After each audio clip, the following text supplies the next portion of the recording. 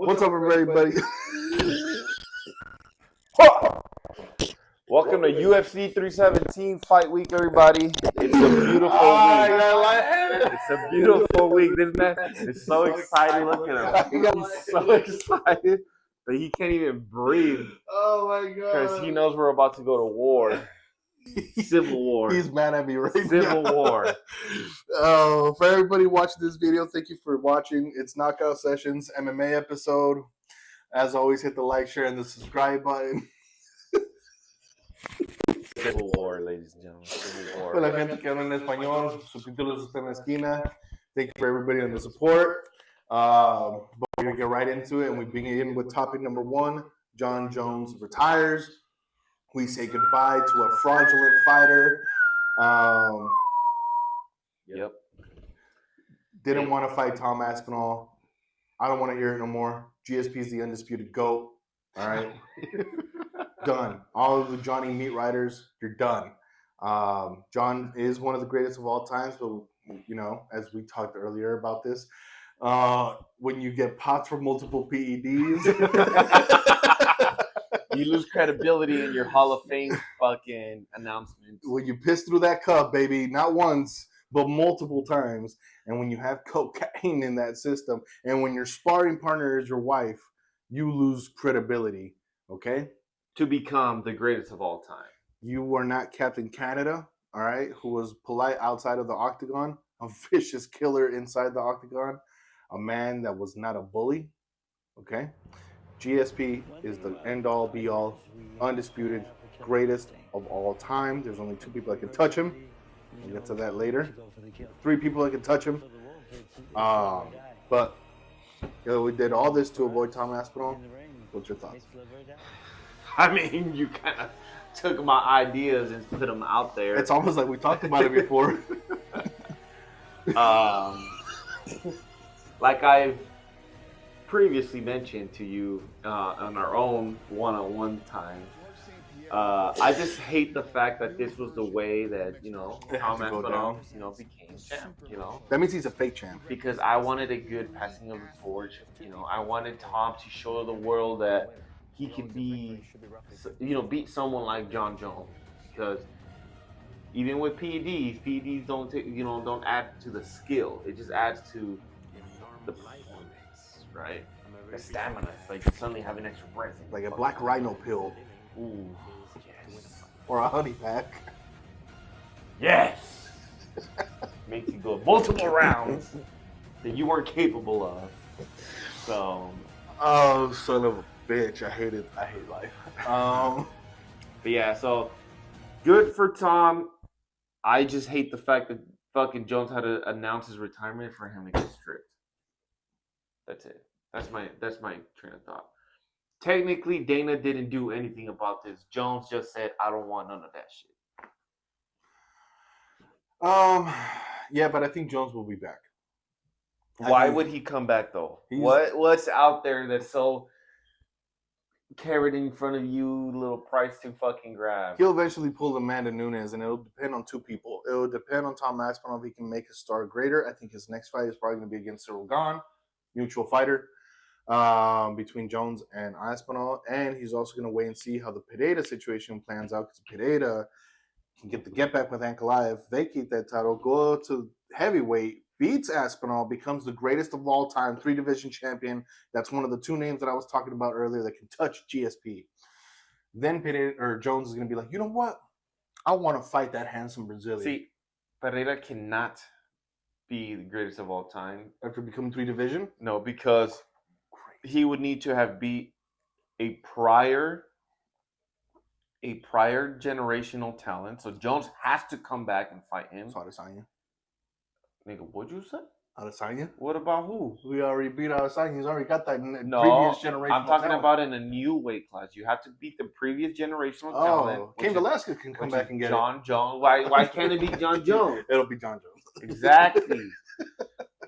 and then he's the GOAT. Tom Aspinall. Oh, so you want Pereira to get through Jones first before you? That's not how that's going to work. This is going to work. Jones won't let that work that way. That's crazy. You know how that man operates. You've seen it. We were literally talking about this. This ain't boxing, baby. That's crazy. But yes, Potentially. So if Pereira's case, he beats Aspinall, then beats Jon Jones. Dang, You will succumb. Whoa. I will not succumb on him. You will bend the knee and I will say the not bend words, no Alex knee. Pereira is the undisputed end-all be-all, the conqueror of conquerors, greatest fighter to ever step in any form of capacity of combat ever. No. Because the North knows no king whose name is not This Finley. nigga, he even got me to fucking slur that one. But in I'll another make sure I bleep that beautiful one out. announcements, we have the Fighting Nerds coming back. Gene Silva is scheduled to take on Diego Lopez on UFC No Chat. All right, on September 16th. This isn't Yair Lopez. I understand that, but we're building towards that, I guess. Mm-hmm. I feel like that after his performance against Volkanovski, they kind of threw Diego Lopez out there to see if he's a real deal or if they're going to start investing heavy on this Fighting Nerds, Mr. Silva. Gene Silva specifically, because the other one, Kyle Barajo, is also scheduled to fight Nasruddin Imavov in France, so in Imavov's home turf. But these are little things where we're starting to see the Fighting Nerds are starting to get pressured. They're starting to get given these opportunities because we just saw Carlos Prates, 2 weeks notice, fight Ian Gary, and did good 2 out of the 5 rounds. But I think Prates, I wouldn't be surprised if they're like, you know what, let's just do Prates versus, I don't know, another Tom Brady. No, that's too much. That's too much. Yeah, that's too high. Somebody like Leon Edwards.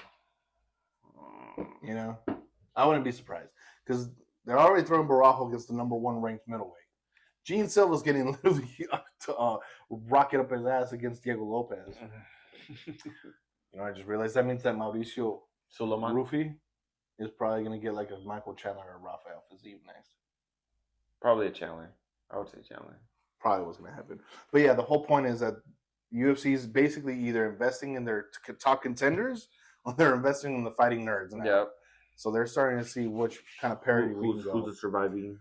But it should be a good fight. The other fight that was announced was a grappling dream match, especially for the UFC older heads now. And Brian Ortega versus Aljamain Sterling, former featherweight challenger, former bantamweight champion. Both of them are the same routes in their career at a crossroads. Who's in, who's out? I personally think Brian Ortega has one more in him against Aljamain Sterling. He's got better stand-up, better chin. He does take a lot of punches, but you ain't got to worry about that against Aljo. It's just a matter of who can out-grapple who. I think Brian's jiu-jitsu is better than Aljamain's grappling. Therefore, I got Ortega versus Aljo. Thoughts? I agree. I just hope that it doesn't become a freaking hugging fest. Well, we've seen where two elite grapplers go at it. It turns into a slugfest. I mean, I want to say I'm pretty confident in Brian's hands more than Aljo's hands. So then we know it's going to end by knockout. But speaking of hands, let's get to it. It's fight week. We will have no matter what the outcome is, we will hear the words, and new. A new lightweight king will be crowned. I'm going to let this man go first because I'll give him the benefit of the doubt this time before I just want to say out loud, once again, proud. You are fake. You fucking ride the bandwagon so hard every single time, right? Your heart is never in the right place, ever. You are the definition of you leave your wife for the fucking younger, cuter, nicer looking girlfriend. Every single time. That's all I'm saying. That's all I'm saying. There's a wall. This generation is fucking full of great talent, and it's amazing to see how Charles will hold his own.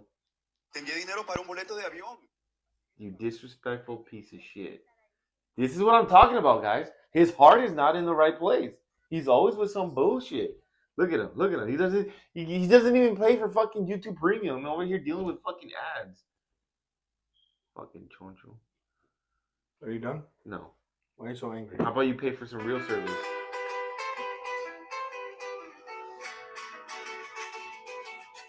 Go ahead, sing it. He's a real fan. He just doesn't want to admit it yet. You Bronx, my boy. Damn, wild. We're gonna grab you. We're gonna flip you. Ay, ay, ay, ay. Ay, ay, Topuria. As if it wasn't clear enough already, Ilya Topuria is going to be and new, and I'm getting ballsy with this take, okay? This is how I know he's fake.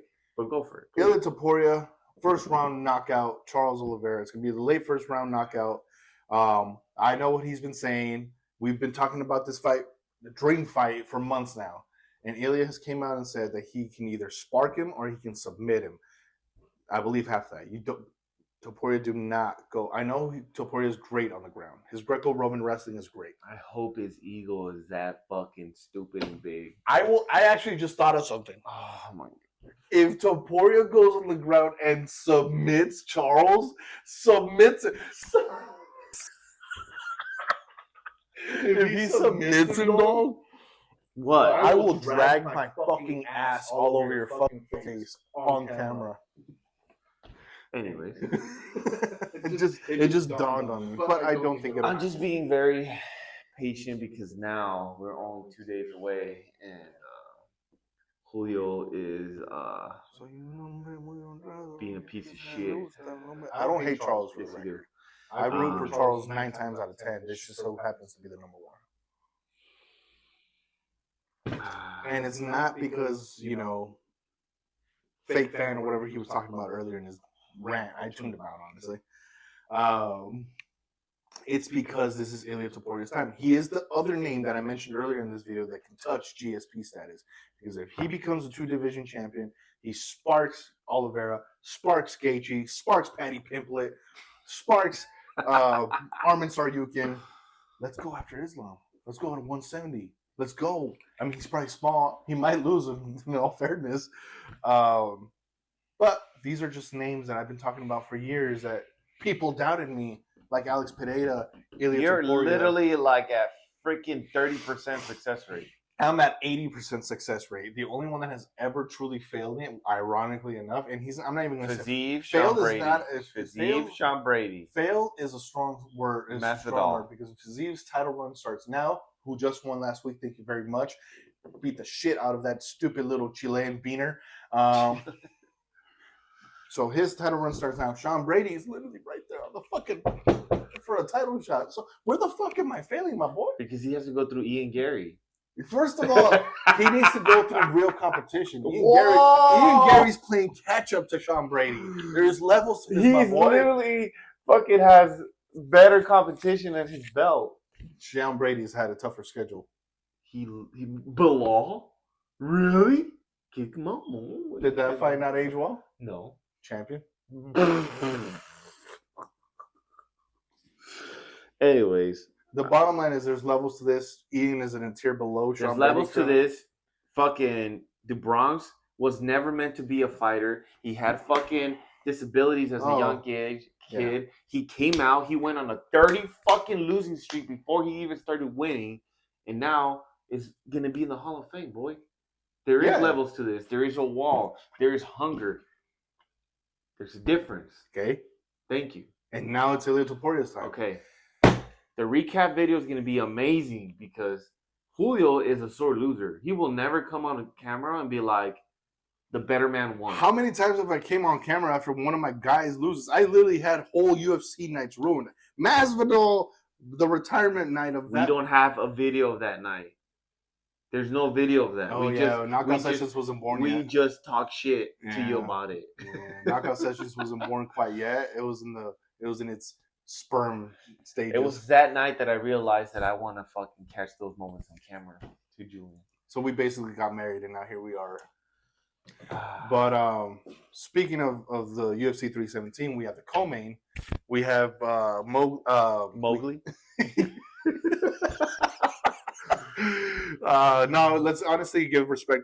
I think if we haven't already, we're about 1 or 2 fights away from legitimately saying Alexandre Pantoja is the greatest flyweight of all time, passing Mighty Mouse. Harsh, I know, but we got to have that conversation at some point.